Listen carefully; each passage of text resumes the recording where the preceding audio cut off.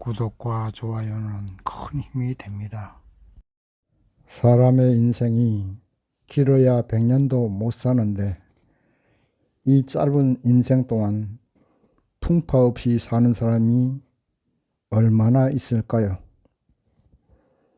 정도의 차이는 있겠지만 누구나 험한 풍랑 같은 인생을 살게 됩니다. 직장을 잃는 풍랑, 사업이 부도나는 풍랑, 믿는 사람에게 사기당하는 풍랑, 육신에 큰 병이 들리는 풍랑, 이러한 무수한 풍랑을 만나게 됩니다. 그러나 그 모든 풍랑에도 불구하고 인생은 살아가야 하고 그 풍랑을 헤쳐나가야 하는 것이 인생입니다. 오늘 본문은 갈릴리 바다를 건너가다가 풍랑을 만나는 말씀이 기록되어 있습니다. 오늘 본문을 공부하면서 우리가 인생을 살다가 풍랑을 만났을 때 어떻게 해야 될 것인가를 깨닫는 시간이 되기를 소망합니다. 그러면 첫 번째, 인생에는 반드시 풍랑이 있다는 사실을 인정해야 됩니다. 오늘 본문 말씀 35절에서 37절까지 보시면 예수님께서 하루 종일 사람들에게 복음을 전하시고 해가 넘어가고 어두워질 때쯤에 제자들에게 말씀하여 주셨습니다. 우리가 저편으로 건너가자 이렇게 말씀하시니까 제자들은 예수님을 배에 모시고 갈릴리 바다를 건너가게 되는데 갑자기 큰 광풍이 일어나서 바닷물이 배에 들어와 배가 침몰하게 될 위기에 닥치는 것입니다. 여기서 잠시 우리가 갈릴리 바다에 대해서 알아보아야 되겠습니다. 우선 이 갈릴리 바다는 명칭이 세 가지가 있습니다. 오늘 본문에 나와 있듯이 갈릴리 호수라고도 하기도 하고 또 게네사렛 호수라고도 합니다. 또한 디베리아 바다라고도 합니다. 똑같은 호수를 갖다가 이렇게 세 가지 말로 기록이 되어 있는 것을 볼 수 있는데 갈릴리 호수, 게네사렛 호수, 디베리아 바다 이 모두가 다 똑같은 하나의 장소를 말씀하고 있다는 것을 우리가 꼭 기억하시고 그 다음에 이 갈릴리 바다 주변으로는 헬몬산이라는 아주 높은 산이 있습니다. 이 헬몬산의 높이가 2700m입니다. 2760m입니다. 상당히 높죠. 우리나라 백두산 높이가 2744m거든요. 그러니까 우리나라 백두산보다는 높은 산입니다. 이런 헬몬산이 높은 산이 있어서 이 호수가 양쪽 협곡을 지날 때 양쪽 옆으로 이렇게 높은 산을 형성하고 그 계곡을 지날 때는 헬몬산에서 내려온 차가운 공기하고 한낮에 뜨거운 공기가 호수 위에 맴돌다가 이 차가운 공기와 뜨거운 공기가 만나면 갑자기 광풍이 일어난다고 합니다. 아마 오늘 본문에 이렇게 예수님과 제자들이 탄 배도 이렇게 호수를 건너가다 이런 광풍을 만난 것 같습니다. 우주 만물을 주관하신 예수님께서 타신 배도 풍랑을 만납니다. 우리가 인생을 살 동안 어찌 풍랑을 만나지 않겠습니까? 예수만 믿으면 만사 형통한다고 생각하면 큰 오산입니다. 예수 잘 믿고 기도 열심히 하고 예배 안 빠지고 잘 드리고 그렇게 해도 인생의 풍랑을 만나게 됩니다. 그것이 인생이기 때문입니다. 인생은 고해와 같다는 말도 있습니다. 고해는 괴로움의 바다라는 뜻입니다. 인생 사는 동안 마음고생, 몸고생하게 돼 있는 것입니다. 오늘 본문의 배는 바로 교회와 성도를 말씀하고 있습니다. 교회도 풍랑을 만나고 성도님들도 풍랑을 만나고 심지어 그 배에는 장차 예수님을 팔아넘길 가롯 유다도 같이 타고 있습니다. 이처럼 우리 믿음의 인생에도 배신자가 있고 풍랑을 만나게 됩니다. 교회에도 배신자도 있습니다. 그러므로 풍랑 만나고 환난 만났다고 해서 하나님을 원망하시면 안 됩니다. 하나님도 그 풍랑 가운데 함께 하고 계시기 때문입니다. 다시 한번 말씀드립니다. 여러분이 사시다가 풍랑 만나고 환난 만났다고 해서 하나님을 원망하시면 안 됩니다. 하나님도 여러분과 함께 그 풍랑 속에 계시기 때문입니다. 우리만 인생의 풍랑을 혼자서 만나는 게 아닙니다. 예수님도 우리와 함께 풍랑 가운데 있다는 사실을 꼭 기억하십시오. 예수님께서 나의 인생 풍랑 가운데 함께 하고 계시면서 함께 고생하고 함께 죽을 고비를 넘기고 계시기 때문에 주님을 원망할 수 없습니다. 욥기서 1장 22절 말씀 보시면 21절 말씀 보시면 주신 자도 여호와시요 취하신 자도 여호와시오니 여호와의 이름이 찬송을 받을지니라. 이렇게 욥은 고백하고 있습니다. 환난 속에서 또는 풍랑 속에서 우리가 할 것은 하나님을 원망할 것이 아니라 하나님을 찬양해야 합니다.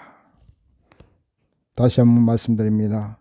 환난 속에서 또는 풍랑 속에서 우리가 할 일은 하나님을 원망할 것이 아니라 하나님을 찬양해야 된다는 것입니다. 풍랑은 우리를 삼키지 못합니다. 풍랑은 우리를 좌초시키지 못합니다. 왜냐하면 예수님께서 함께 계시기 때문입니다. 풍랑은 우리를 좌초시키지 못합니다. 예수님께서 함께 하시기 때문입니다. 그러므로 교회 열심히 잘 나가고 하나님 잘 믿는데 왜 이렇게 환난이 오고 풍랑이 오나? 속된 말로 팔자가 왜 이렇게 사나우냐? 이런 말 할 것이 아닙니다.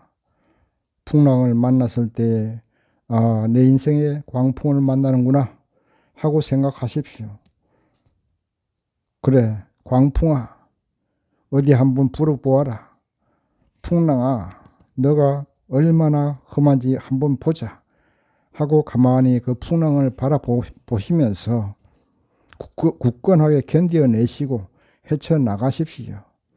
그것이 믿음의 성도가 풍랑 속에서 지어야 할 자세입니다. 물과 기름이 절대 혼합되지 않는 것처럼 믿음의 성도님들은 풍랑 속에서 빠져서 허우적대지 마시고 한숨 쉬고 눈물을 흘릴 것이 아니라 하나님을 찬양하며 그 풍랑 자체를 두 눈 부릅뜨고 바라보십시오. 그리고 헤쳐나가야 됩니다. 제자들이 탄 배에 예수께서 함께 타고 계셨던 것처럼 풍랑 속에서도 주님은 우리 마음속에 임재하여 계십니다. 다시 한번 말씀드립니다.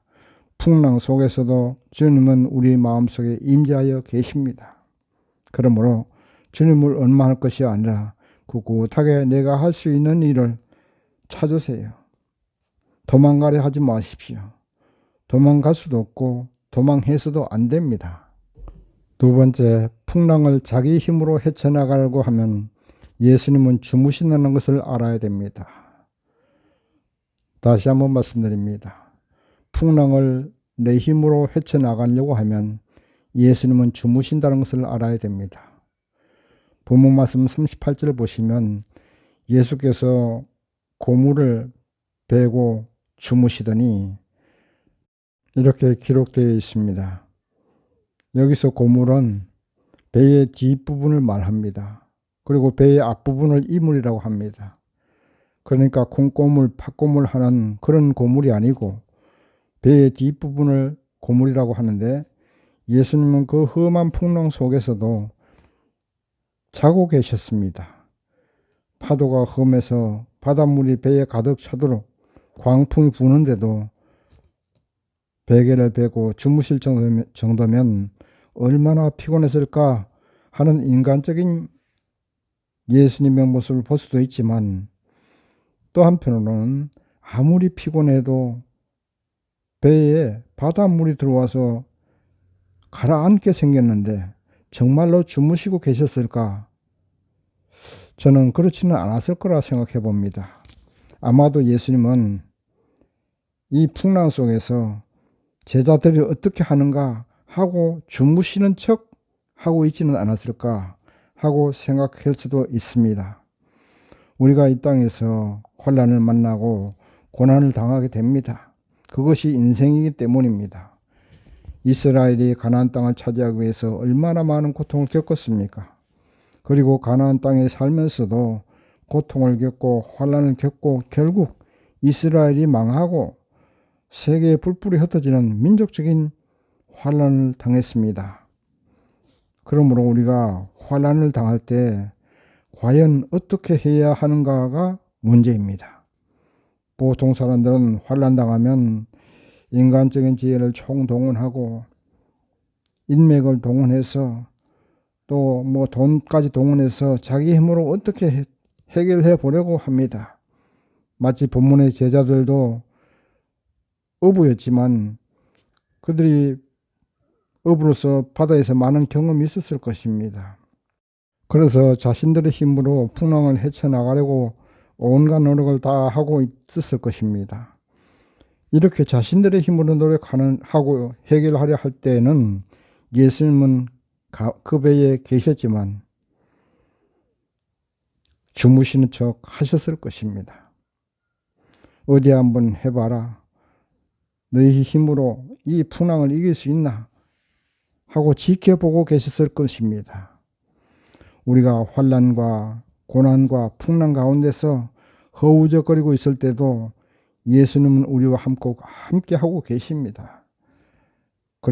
그러니 우리 힘으로 노력하고 해결하려고 발버둥치는 한 예수님은 주무시고 계십니다. 믿으시기 바랍니다. 우리 힘으로 노력하고 해결하려고 발버둥치는 한 예수님은 주무시고 계십니다. 이것을 우리가 꼭 기억하고 있어야 됩니다. 세상 살다 보면 너무나 바쁘고 신경 쓸 일이 많아서 예수님도 잊어버리고 기도하는 것도 잊어버리고 정신없이 내 생각, 내 지혜대로 살아가다가 주일날이 되면 아이고 벌써 주일이 왔구나 하고 교회 와서 예배드리게 됩니다. 이것이 우리의 모습입니다. 본문의 예수님이 제자들처럼 똑같은 모습을 하고 있는 우리들이란 말입니다. 오늘부터는 우리가 아무리 바쁘고 신경 쓸 것 많고 할 일이 많아도 내 힘으로 내 지혜로 하려고 발버둥 치는 것 멈추십시오. 예수님이 우리와 함께하고 계신다는 것을 깨달아야 됩니다. 기억해야 됩니다. 예수님이 나와 함께하고 계신다는 사실을 기억하시기 바랍니다. 세 번째, 예수님이 일하시게 해야 됩니다. 예수님이 일하시게 해야 됩니다. 인생을 살다가 환난을 당하고 고난을 당하고 풍랑을 만났을 때 우리 힘으로 발버둥 칠 것이 아니라 예수님께 고해야 된다는 말입니다. 기도로서 예수님을 깨우셔야 된다는 말입니다. 예수님이 일하시게 해야 됩니다. 본문 말씀 38절 보면 제자들이 깨우며 가로되 선생님이여 우리가 죽게 된 것을 돌아보지 아니하시나이까 하고 이렇게 기록되어 있습니다. 예수님을 깨우는 것을 볼 수가 있지요. 그러나 본문을 보면 아직까지 제자들의 믿음이 약한 것을 볼 수가 있습니다.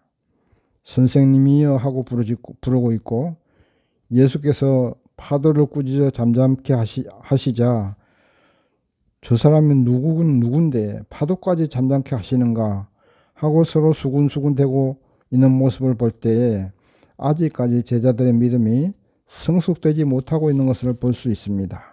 그러나 분명한 것은 험한 풍랑을 자기들의 힘으로 헤쳐나가려고 하다가 더 이상 어떻게 할 수가 없으니까 예수님을 깨웠다는 것입니다. 주무시는 예수님을 깨우고 예수님께서 일하시게 했다는 것입니다. 그것이 중요한 것입니다. 여러분, 주무시는 예수님을 깨우시고 예수님께서 여러분을 위해서 일하게 하십시오. 이사야 62장 7절 말씀 보면 여호와께서 예루살렘을 세워 세상에서 찬송을 받게 하시기까지 그로 쉬지 못하시게 하고 라고 기록되어 있습니다.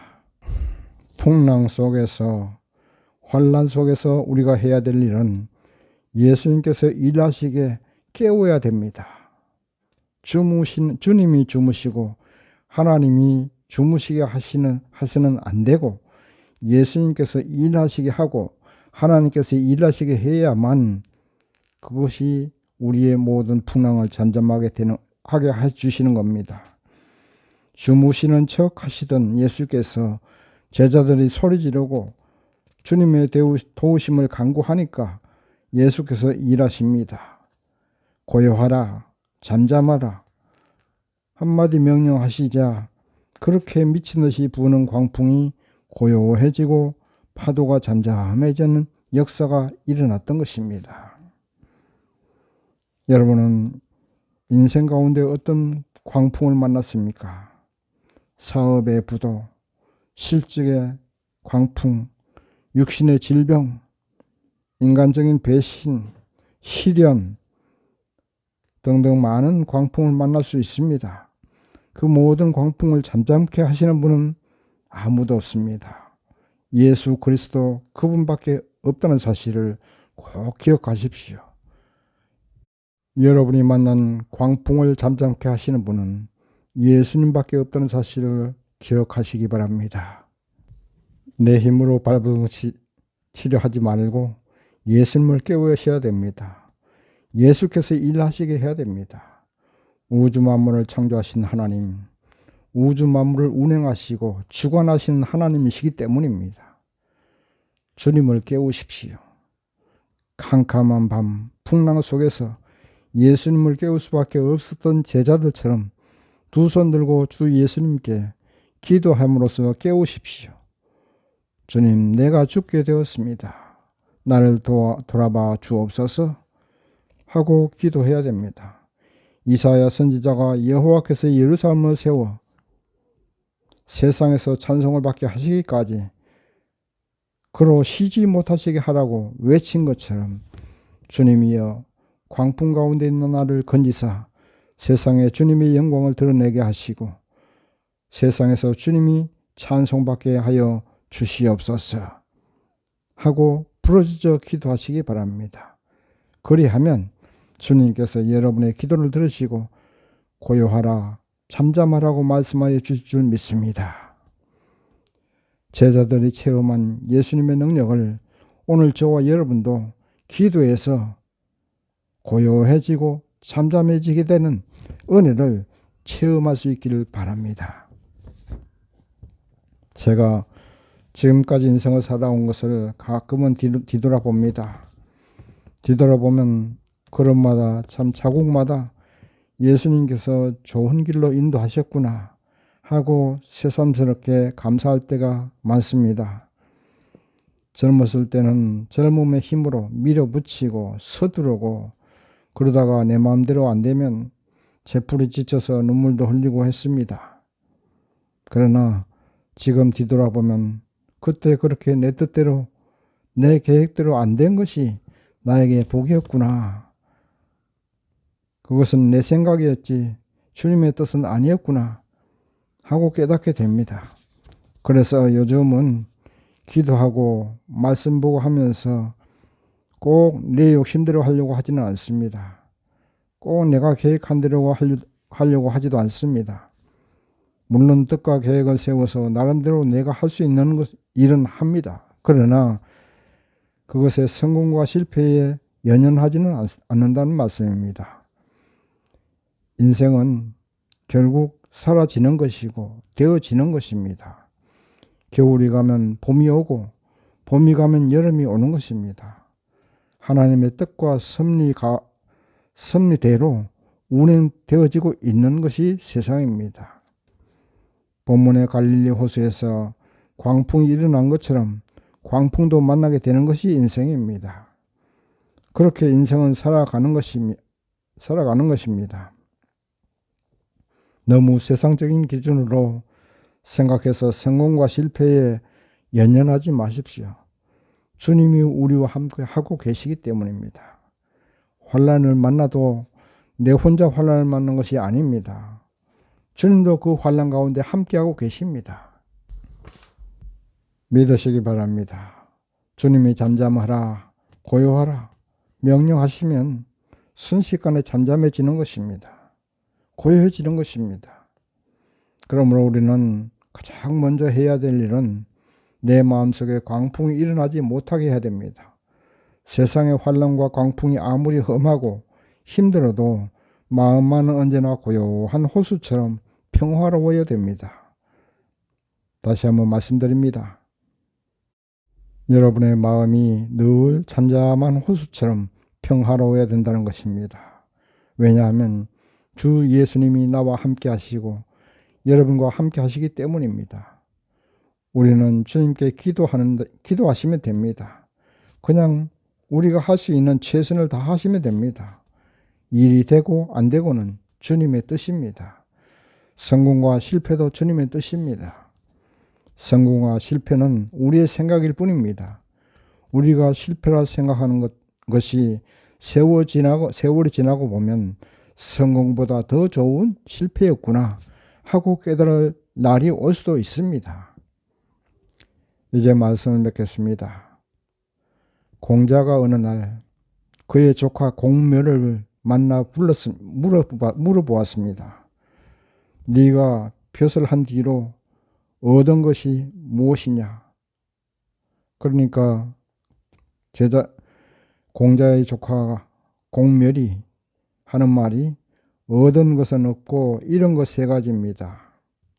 첫째, 공무가 많아서 공부할 시간이 없고, 두 번째는 봉급이 적어서 부모님을 제대로 복양하지 못하고, 세 번째는 공무에 쫓겨서 벗들과 멀어졌습니다. 이렇게 얘기했습니다. 그 다음에 똑같은 일을 하고 있는 그의 제자 복지천에게 물어봤습니다.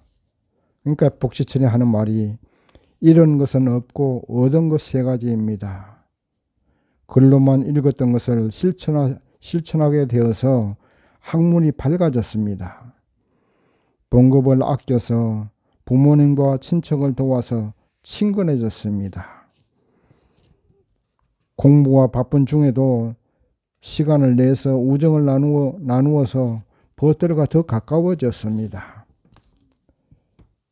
이렇게 똑같은 벼슬을 하고 있는 조카와 제자가 서로 다른 말을 합니다. 인생은 마음먹기 나름입니다. 불행이다 생각하는 것도 마음을 바꾸면 행복이 될 수도 있습니다. 환난과 강풍 가운데서 마음먹기에 따라서 고요해지는 그런 호수 같은 마음이 될 수가 있습니다. 중요한 것은 언제나 주님이 우리와 함께 한다는 그 사실입니다. 광풍이나 환난은 우리를 침몰시키지 못합니다. 왜냐하면 주님이 나와 함께 하시기 때문입니다. 주님께 감사 기도하시고 주님께 부르짖어 기도하십시오. 주님을 깨우십시오. 그래서 주님이 일하시게 하시기 바랍니다. 제자들이 고요하라 잠잠하라 말씀하시는 그 주님의 명령에 따라서 고요한 바다를 건넜던 것처럼 여러분도 제자들처럼 주님께 부르짖어 주님을 깨워서 주님이 일하시게 하시고 주님이 고요하라 잠잠하라 하시는 이 체험을 여러분도 체험하시는 저와 여러분이 되시고 마음의 평화와 행복을 누리는 저와 여러분 되시기를 주님의 이름으로 축원합니다.